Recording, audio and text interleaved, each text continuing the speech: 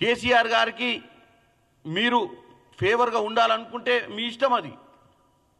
కాకపోతే మీరు ఆచితూచి మాట్లాడాల్సిన అవసరం ఉంది. ఎందుకంటే ఓన్లీ తెలంగాణ నుంచే దావోస్కి పోలే, భారతదేశ వ్యాప్తంగా మీ మంత్రులు, మీ రాష్ట్ర ముఖ్యమంత్రులు కూడా పోయారు. కిషన్ రెడ్డి గారు ఇంకొక మాట చెప్పాలి. కిషన్ రెడ్డి గారు తెలంగాణ నుంచి పారిశ్రామికవేత్తలు, రియల్ ఎస్టేట్ వ్యాపారులు, ఇతరులు రాష్ట్రాన్ని వదిలి వెళ్ళిపోతున్నారని చెప్పి ఏదో మాట్లాడుతున్నారు. మరి ఎవరిచ్చిన స్క్రిప్టో నాకు అర్థం కావట్లేదు.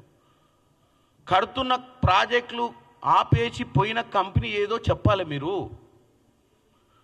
ఇండియాలోని టాప్ రియల్ ఎస్టేట్ కంపెనీలలో గాడ్రేజ్ కంపెనీ 1300 కోట్లతోటి ఈరోజు ఒక ప్రాజెక్టు కోకాపేటలో మొదలు పెడుతుంది. బ్రిగేడ్ గ్రూప్ 4500 కోట్లతోటి ఈరోజు నియోపోలిస్లో భారీ రెసిడెన్షియల్ కమర్షియల్ కాంప్లెక్స్ కడుతుంది. ఔటర్ రింగ్ రోడ్ చుట్టుపక్కలకు వెళ్ళి చూస్తే ఏం జరుగుతుందో, ఎంత వేగంగా నిర్మాణాలు జరుగుతున్నాయో మీకే కనిపిస్తాయి. కిషన్ రెడ్డి గారు, మీ కళ్ళకు గులాబీ కళ్ళజోడు పెట్టుకొని చూడటం ఆపితే మీకు అన్నీ కనిపిస్తాయి. మీకు కనువిప్పు కూడా కలుగుతుంది. కోర్టు కేసులలో వివాదాల్లో ఉన్న భూములకు వెళ్ళి మీ పార్టీ, మీ సహచర ఎంపీ చెంప చెల్లుమ అనిపించి హీరో అయిపోదామనుకుంటుండు. నేను ఒకటే అడుగుతున్నా, ఇది మీ పార్టీ సిద్ధాంతమా? కోర్టులో కేసులున్న భూములలో పోయి దాదాగిరి చేస్తే మరి మీరు ఎందుకు ఖండించలేదు? ఒక బాధ్యత గల సెంట్రల్ మినిస్టర్ గుండి మీరు ఖండించడం పక్కన పెట్టండి. తెలంగాణ ప్రజలకి ఇవాళ ముఖ్యమైన అంశం, ప్రతిదానికి స్పందించే బీఆర్ఎస్ పార్టీ, నిమిషానికి ఒక ట్వీటు, గంటకు ఒక ప్రెస్ మీట్ పెట్టే బీఆర్ఎస్ పార్టీ కూడా ఈటల రాజేందర్ గారు చెంప చెల్లుమనిపిస్తే ఒక వ్యక్తిది అంటే లా అండ్ ఆర్డర్ని చేతిలోకి తీసుకున్న పరిస్థితి ఉంటే ప్రెస్ మీట్ ఎందుకు పెట్టలేదు? మీరే కదా గతంలో ఈటల రాజేందర్ని కాలర్ పట్టుకొని గేట్ బయట ఇసిరేసిన వాళ్ళు.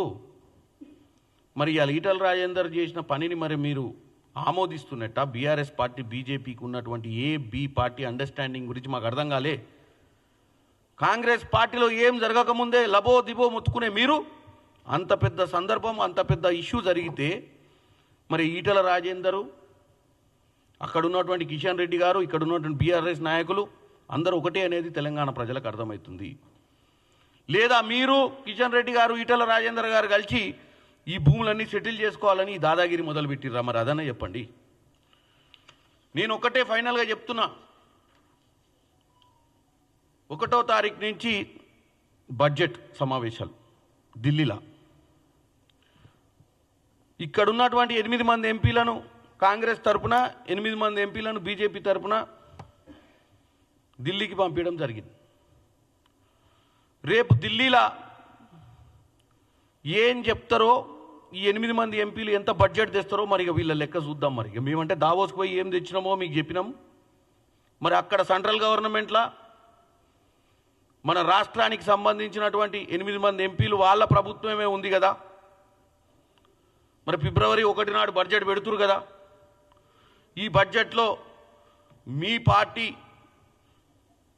పార్టీ నుంచి ప్రాతినిధ్యం వహిస్తున్నటువంటి మల్కాజ్గిరి ఎంపీ గారు ఈటల రాజేందర్ గారు మరి మెట్రో పనుల విస్తరణ గురించి మరి ఎంత తొందరగా చిత్తశుద్ధి ఉంటే వెంటనే నిధులు తెస్తారో చూద్దాం.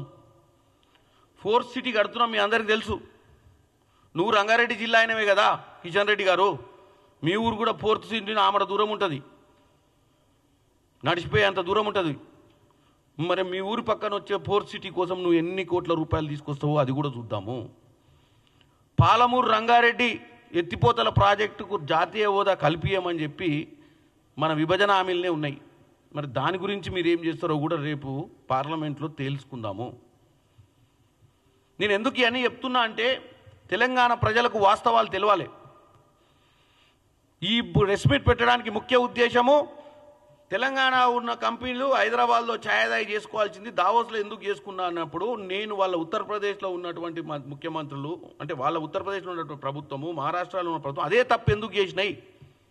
మరి కిషన్ రెడ్డి గారికి దమ్ముందా రేపు ఢిల్లీలో ప్రెస్ మీట్ పెట్టి నరేంద్ర మోడీ గారి మంత్రులను ఆయన ముఖ్యమంత్రులను ఇదే విధంగా సవాల్ చేయగలుగుతాడా అని చెప్పి నేను తెలంగాణ ప్రజల ముందు ఈరోజు నిలదీయాలనుకుంటున్నాను కిషన్ రెడ్డి గారిని. నోరుంది కదా అని మాట్లాడటం, ఎవరో ఇచ్చినటువంటి ఐడియాలను ఇంప్లిమెంట్ చేయడం, ఎవరో రాసి ఇచ్చినటువంటి కాగితాలు చదవడం కాదు కిషన్ రెడ్డి గారు. మీకు ఒక బాధ్యత గల వ్యక్తి, మీరు బాధ్యతతో వ్యవహరించాల్సిన అవసరం ఉంటుంది. ప్రజలు ఎన్నుకుర్రు మిమ్మల్ని ఎన్నోసార్లు. ఇవాళ నేను ఫస్ట్ టైం ఎంపీ అయినా నేను కూడా బాధ్యతగా మాట్లాడాల్సిందే. నోరుంది కదా అని ఎడాబెడా మాట్లాడితే నాకు కూడా ప్రెస్ మీట్లలో ఇంకోవరెవరో వచ్చి కౌంటర్ వేస్తారు. నా వెనుక, నా ముందు, నా పక్కన చూసుకొని నేను ప్రెస్ మీట్లు పెట్టాలి. నేను మాట్లాడే ప్రతి అక్షరానికి ఈరోజు నేను ఒక బాధ్యత వహించాల్సిన అవసరం ఉంటుంది తెలంగాణ ప్రజల ముందు. మనం ఆనందం సెలబ్రేట్ చేసుకోవాల్సిన సమయం ఇది. ఎవరన్నుండని అధికారంలో, అది మీరన్నుండని, మేమన్నుండని, బీఆర్ఎస్ అన్నుండని, రాష్ట్రానికి మంచి జరిగినప్పుడు ఒక పార్టీ నాయకునిగా, ఎన్నుకోబడ్డ నాయకులుగా మనం ప్రోత్సహించాల్సిన అవసరం ఉంటుంది. ఒక అపోజిషన్లో ఉంటే కన్స్ట్రక్టివ్ అపోజిషన్ రోల్ ప్లే చేయాల్సి ఉంటుంది. పదవులు ఉంటాయి, పోతాయి. 10 ఏళ్ళు అనుభవించిర్రు. ఇవాళ 1 సంవత్సరం కూడా ఖాళీగా కూర్చోలేక లబో దిబో మొత్తుకుంటున్నటువంటి పరిస్థితి బీఆర్ఎస్ పార్టీది. మీరు 10 ఏళ్ళు కాదు, మీరు 3వసారి కూడా మీరు అధికారంలోకి వచ్చిర్రు. మీకు ఇంకా ఎక్కువ బాధ్యత ఉంటుంది. దావోస్ అనే ప్రాంతానికి మన దేశం నుంచి ఇన్ని పెట్టుబడులు, మీరు రాష్ట్రం గురించి మాట్లాడొద్దు కిషన్ రెడ్డి గారు. మీరు దేశానికి మంత్రి. దేశానికి వచ్చిన మొత్తం పెట్టుబడుల గురించి గర్వంగా చెప్పుకోవాల్సిన అవసరం ఉంది. మీరు తెలంగాణ గురించి మేము చెప్పుకుంటాం, ఎందుకంటే తెలంగాణలో మా ప్రభుత్వం ఉంది, మా ముఖ్యమంత్రి గారు తీసుకొచ్చారు కాబట్టి మేము గొప్పగా చెప్తాం. మీరు ఇంతకంటే పెద్ద స్థాయిలో కూర్చొని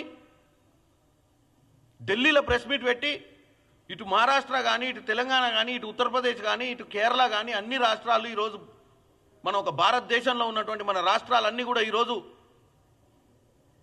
పోయి